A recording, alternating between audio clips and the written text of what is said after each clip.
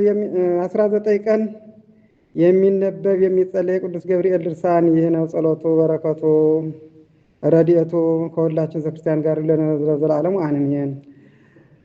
እንደ ቀድሞ ሁሉ ብዙ ተአምራትን የገለጸባት በሊቀ መላእክት ቅዱስ ገብርኤል ስም ኔቅሎን በሚባል ሀገር የተሰራች አንዲት ቤተክርስቲያን ነበረች። ስራው ተፈጽሞ ስርዓተ ቅዳሴ ቤተክርስቲያኑ በሚከናወንበት ጊዜ ከቀድሞ የበለጠ ተአምራት አደረገ። በዚች ቤተክርስቲያን ስርዓተ ቅዳሴ በሚከናወንበት ጊዜ ከቤተክርስቲያኑ መዛነቢያ ላይ እንደ ላብ ጠብታ ጠብ ጠብ የሚል ውሃ አለ። ይህም በሚሆንበት ጊዜ በአገሩ ሁሉ ላይ ረሃብ ይሆን ነበር። ዳግመኛም እንደ ዝናብ አወራረድ በኃይል የሚወርድበት ጊዜ አለ። ደግሞ በሀገሩ ላይ ጥጋብ ይሆናል። ስለዚህም የሀገሩ ሰዎች በእነዚህ በሁለቱ የውሃ ጠብታ ምልክት የረሃቡንና የጥጋቡን ዘመን ለይተው ያውቁ ነበር። ይህም ምልክት በዚያው በተወሰነ ቀን በየዓመቱ ሲደረግ ኖረ። በግብረ ሐዋርያት እንደተጻፈው ጴጥሮስ በእስር ቤት ገብቶ እግሮቹንና እጆቹን በሰንሰለት ታስሮ በጭፍሮች መካከል ተኝቶ ሳለ ከግዞት ያወጣው ይህ ቅዱስ ገብርኤል ነው። ጭፍሮቹና ዘበኞቹ የእስር ቤቱን በሚጠብቁበት ጊዜ የእግዚአብሔር መልአክ ወደ ጴጥሮስ ወርዶ ከዚያ በቆመ ጊዜ በእስር ቤቱ ውስጥ ብርሃን መላ። መልአኩም ጴጥሮስን ጎኑን መትቶ ቀሰቀሰውና ፈጥነህ ተነስ አለው። በዚህ ጊዜ የታሰረበት ሰንሰለት ከእግሩና ከእጁ ላይ ወልቀው ወደቁ። ያም መልአክ ጴጥሮስን ወገብህን ታጠቅ፣ ጫማህንም አድርግ፣ ልብስህንም ልበስና ተከተለኝ አለው። እሱም እንደነገረው አደረገና ተከተለው። ከዚያም የመጀመሪያውን በር ካለፈ በኋላ የብረት መዝጊያ ካለበት በር ደረሰ። እሷም ወለል ብላ ተከፍታለት ወጥተው ሲሄዱ ወደ አንዲት ሜዳ ከደረሱ በኋላ መልአኩ ጴጥሮስን ትቶት ሄደ። ወንጌላዊ ዮሐንስ ስሉስ በራእይ መጽሐፍ በእርግጥም ይህ የመላእክት አለቃ ቅዱስ ገብርኤል እንደሆነ ሲናገር እንዲህ አለ። ከዚህ በኋላ የእግዚአብሔር መልአክ ቅዱስ ገብርኤል በምድር ላይ ወንጌልን ለመስበክ እግዚአብሔርን ፍሩት አመስግኑትም እያለ አሕዛብን ሁሉ ለማስተማር እንዲሁም የመጨረሻ ፍርድ የሚሰጥበት ቀን ደርሷልና ፀሐይና ጨረቃን ከዋክብትንም ለፈጠረ ጌታ ስገዱ እያለ ለማስረዳት በሰማይና በምድር መካከል እየበረረ መጣ ብሎ ተናገረ።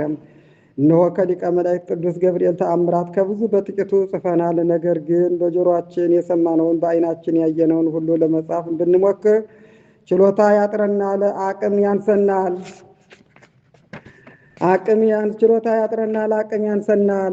የእሱ ተአምራት ብራና የማይችለው እንደ ሰማይ ኮከብ እንደ ባሕር አሸዋ የበዛ ነውና በወንጌልም በሌላም መጽሐፍ ሁሉ ቢጻፍ ኑሮ ዓለም ባልቻለውም ነበር። ለመጻፍም ብንሞክር ሁሉን ለመጻፍ ባልቻልንም ነበር። ነገር ግን በሚሰሙ ሰዎች ዘንድ ብዙ መናገር መሰልቸት ወይም ዝንጋኤን ያስከትላል ተብሎ እንደተነገረ በመጠኑ ጽፈን አቀረብን እንጂ ከአንዱ ከእግዚአብሔር በስተቀር ከሰው ልጆች ወገን የአሸዋን ቁጥርንና የዝናብንም ጠብታ ቆጥሮ ሊደርስበት የማይቻለው ማን ነው? የመላእክት አለቃ የቅዱስ ሚካኤልም የተአምራቱ ብዛት እንደዚሁ ነው። እናንተ የብርሃን ልጆች ወንድሞቻችን ሆይ አሁንም አስቀድመን እንደተናገር እግዚአብሔር ይህችን የክረምት ወራት ብሎም ባለንበት ዘመናት ሁሉ በሰላምና በጤንነት ይጠብቀን ዘንድ ለበጎ ስራ ሁሉ በመትጋት የተራቡትን በማብላት የተራዙትን በማልበስ ይህችን ቀን እናክብራት። እግዚአብሔር የምድርን ፍሬ ይባርክ፣ የእርሻዋንም ትልም በዝናብ በማርካት ለዘርና ለመከር ያደርስ ዘንድ እኛንም ከመብረቅ የብልጭታ ፍራቻ ከነጎድጓድ ድምፅ ድንጋጤና ከነፋሳት ማዕበል መታወክ ያደነን ዘንድ ይህችን ቀን እናስባት። እሱን በማምለክ ጸንተን ኑሯችንን በሰላም እናሳልፍ ዘንድ ከኃጢአታችንም እስክንመለስ በዕድሜ ያቆየን ዘንድ ይህችን ቀን ያለመዘንጋት እናስታውሳት። ከእኛ እያንዳንዱ በፍቅረ አንድነት የተደራጀውን ማህበራችንን እንዲጎበኝልን የታመመውን እንዲፈውስልንና ያዘነውን እንዲያረጋጋልን እንዲሁም ለተራበው ምግቡን ያዝለት ዘንድ ለተራቆተው ልብሱን እንዲያስብለት ለዚች ዕለት ታላቅ አክብሮት እንስጣት። የሞቱ የአባቶቻችንና የእህቶቻችንን ነፍስ በመንግሥተ ሰማያት ያሳርፍ ዘንድ እንዲሁም በዚህ ዓለም በሚመጣውም ዓለም ጭንቀታችንን ያቃልልን ዘንድ ዳግመኛም ተመልሶ በሚመጣበት ጊዜ ክብርን እንዲያድለን ይህችን ቀን ከፍ ከፍ እናድርጋት። በአጠቃላይ የመላእክት አለቃ በሚሆን በቅዱስ ገብርኤል አማላጅነት ከጠላታችን ከሰይጣን ወይም ከዲያብሎስ ተንኮል ያደነን፣ እድል ፈንታችንንም ከቅዱሳን ሁሉ ጋር ያድርግልን ለዘላለሙ አሜን። ጸሎቱና በረከቱ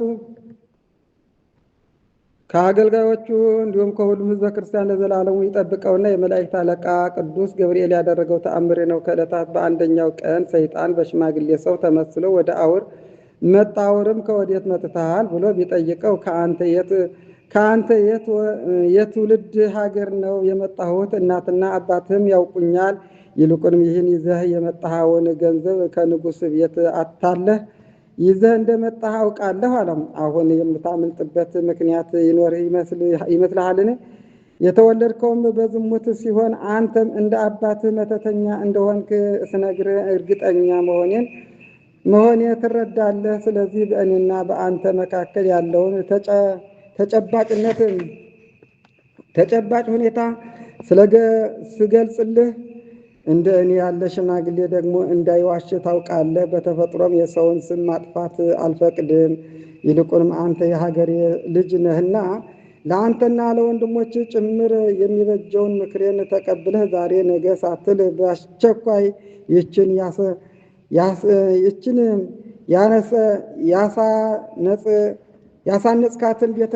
ያሳነጽካትን ቤተክርስቲያን አፍርስና ምናልባት ንጉሡ መልእክተኞች ልኮም እንዳያስገድልህ ወደ በረሃ ሽሽ አለው። አውርም ይህን የተንኮል አነጋገር በሰማ ጊዜ ፈጥኖ ተነስቶ በመቆም እጆቹን ወደ ሰማይ ዘርግቶ ወደ እግዚአብሔር እንዲህ ሲል ጸለየ። የሊቀ መላእክት ቅዱስ ገብርኤል አምላክ ሆይ ከመከራ ላይ አትጣለኝ፣ አድነኝ እንጂ ቸልም አትበለኝ።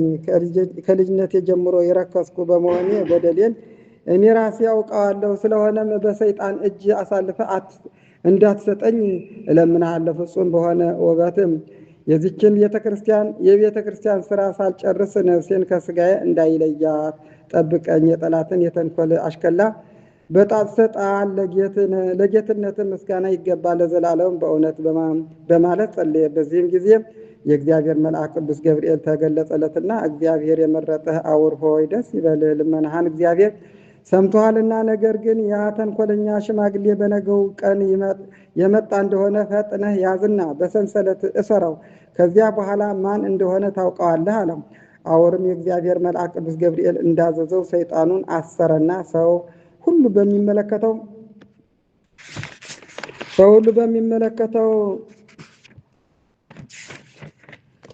አንጻር በአንቀጸ ቤተ ክርስቲያኑ ላይ ሰቀለው። ሰይጣኑም እግዚአብሔር የመረጠህ አውር ሆይ ከእስራቴ ትፈታኝ ዘንድ በፈጠረህ በእግዚአብሔርና በቅዱስ ገብርኤል አማጽንሃለሁ እያለ በታላቅ ቃል ይጮህ ጀመር። ቀጥሎም ስማኝ ልንገርህ፣ አባትህ አውራሲት እንደ አምላክ አድርጎም በፍጹም ስግደት ሰግዶልኛል፣ ስሜንም ያውሶ ብሎ ይሰይሞኝ ነበር።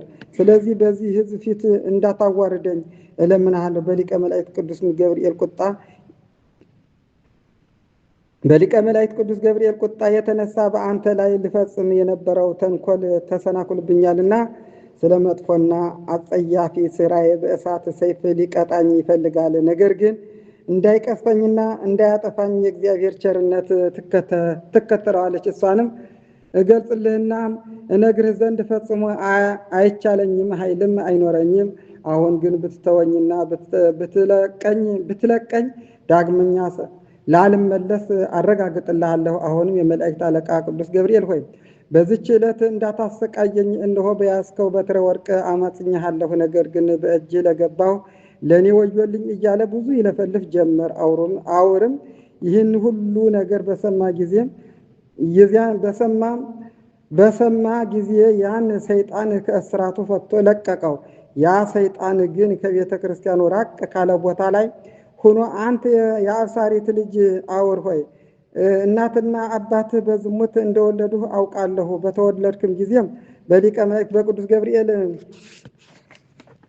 እጅ እግዚአብሔር አዳንህ እንጂ እገልህ ዘንድ በላይ ወንበር ጭኝብህ ነበር። አሁንም እንደገና ተመልሼ የመጨረሻ ኃይሌን በአንተ ላይ አሳይ ዘንድ ተስፋ አለኝ በማለት በታላቅ ቃል አሰምቶ ተናገረ። ሰይጣኑም ከተናገረ በኋላ በታላቅ ውርደትና ኀፍረት እንደ ጢስ በሚጠፋ አውርም የደረሰበትን ፈተናና የተደረገውንም ተአምር ሁሉ ለሕዝቡ አስረዳቸው። በረከቱ ረድኤቱ ከሁላችን ሕዝበ ክርስቲያን ጋር ለዘላለም ይኑር አሜን።